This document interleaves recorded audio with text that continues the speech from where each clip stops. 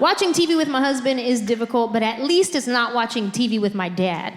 That is a whole different experience. Like if you come to the house and you start watching a movie with my dad and they say way too many cuss words, he gets real religious. God forbid they say the F word, he'll be like, oh, forgive them, Father. My dad's the guy who, during an action scene, he is counting the amount of bullets coming out of a gun for accuracy. And the second they go over the allotted amount of bullets for that type of gun, he has something to say about it. You think you're just watching a movie, he's silently fact-checking.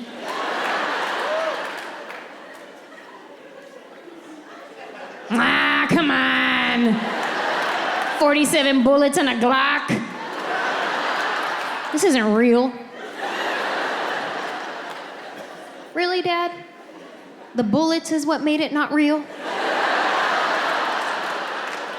Not the zombies they were shooting?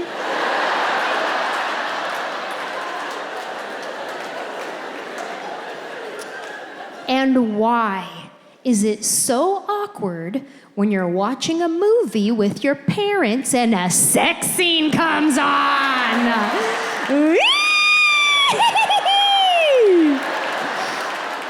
I am a grown adult, and it is still awkward. And my dad makes it even worse because he gets visibly uncomfortable.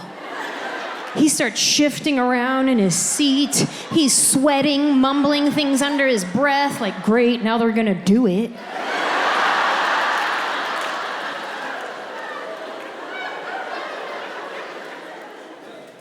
Speaking of people doing it, I have a story. When I was younger, in my 20s, I shared an apartment with my friend Vanessa, and her room faced the apartment building across the way. Well, there was a couple in that building that they liked to do the sex.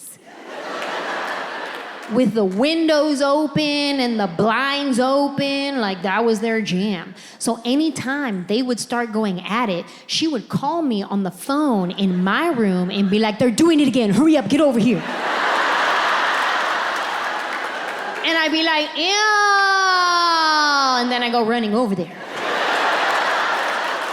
But by the time I get there, they already started closing the blinds and the windows. I'm like, oh man, missed it again. And not like I was gonna sit there and watch like a creeper, but it is kind of a sight to be seen. Like, are you guys trying to tell me that if you were walking down the street in your neighborhood and you saw your neighbors going at it in the front window, you wouldn't give it a look? You wouldn't be just minding your own business like,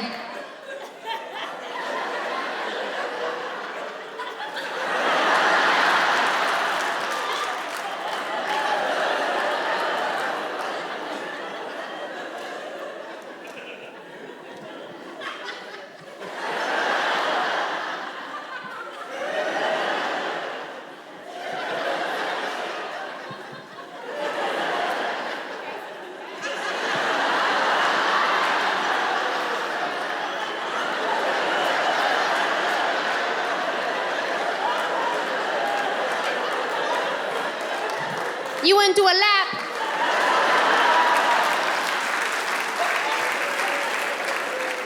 It's kind of like a car accident on the highway. You don't want to see a car accident happen. But if one is there, you're gonna assess the situation. Same thing, you see your neighbors going at it in the window, you just gotta assess the situation. Ah, we got a fender bender.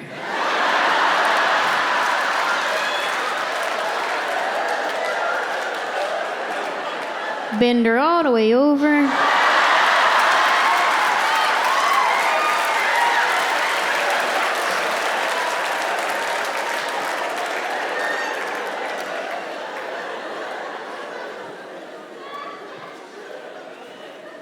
Living in a studio apartment when you're married, it's very difficult. But there is one good thing about it. I will say this, one good thing. We could only fit a smaller size bed in the apartment, so my husband had no choice but to cuddle me at night, which I love, but he hates because he says I'm the hottest person alive. And to that I say, thank you so much. My husband says I'm like a furnace. Any other furnaces in the building tonight? Yeah. He'll get in the bed and be like, seriously, babe, you don't feel yourself? We like to sleep with the bedroom at sub-zero temperatures. Yeah. But I like all the blankets on, so I'm nice and cozy with my face a little bit cool. He likes no blankets on, just skin to air contact. Psychopath.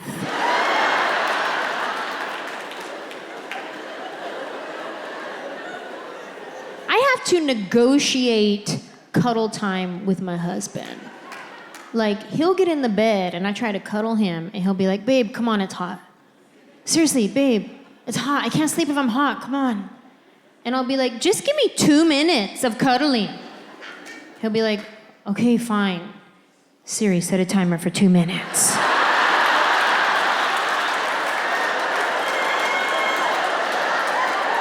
And if he even tries to pull away before that buzzer goes off, I'm like, nice try, 30-second penalty.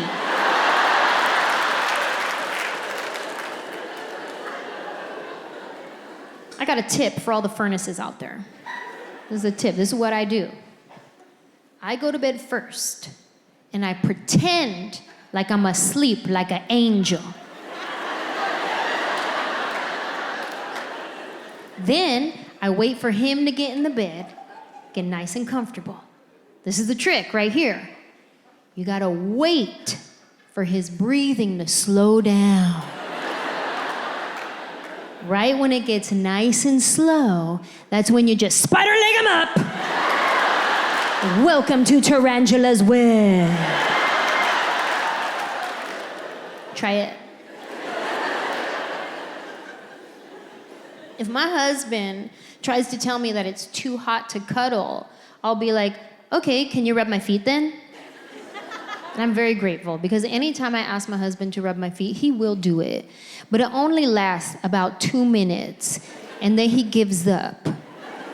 And then I have to tap my foot to let him know he's not done yet.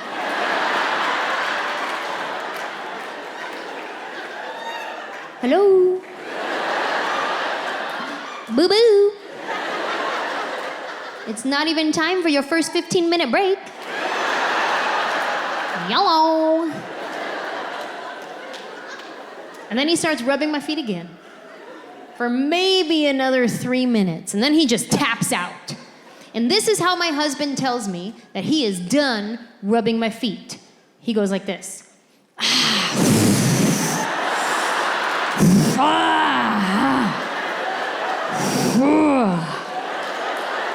He gets the most aggressive hand cramp. Cancel all my plans this week.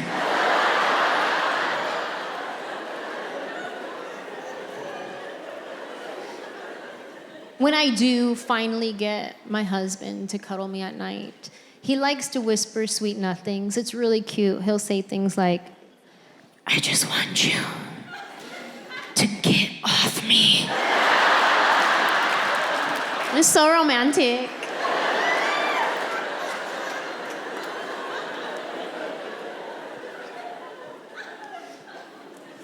Living in a studio apartment when you're married is difficult because you have no personal space. It's like every time I turn around, my husband's there. I turn around, he's right here, turn around, he's right there. Like, whoa, weren't you just here? How'd you do that? Every time I turn around, he's there. It reminds me of a song I know called Total Eclipse of the Heart. You guys remember that song? Well, I felt like it was time for a remake, so I wrote some new lyrics. You wanna hear it? Okay, I'll do it for you guys. But here's the thing. I need your help. I need you guys to sing all the turnaround parts. Do you know what I mean? All right, let's do a practice round. Okay, because only 7 of you knew what I meant. You guys do all the turnarounds, but nothing else. Practice round, here we go. Turn around,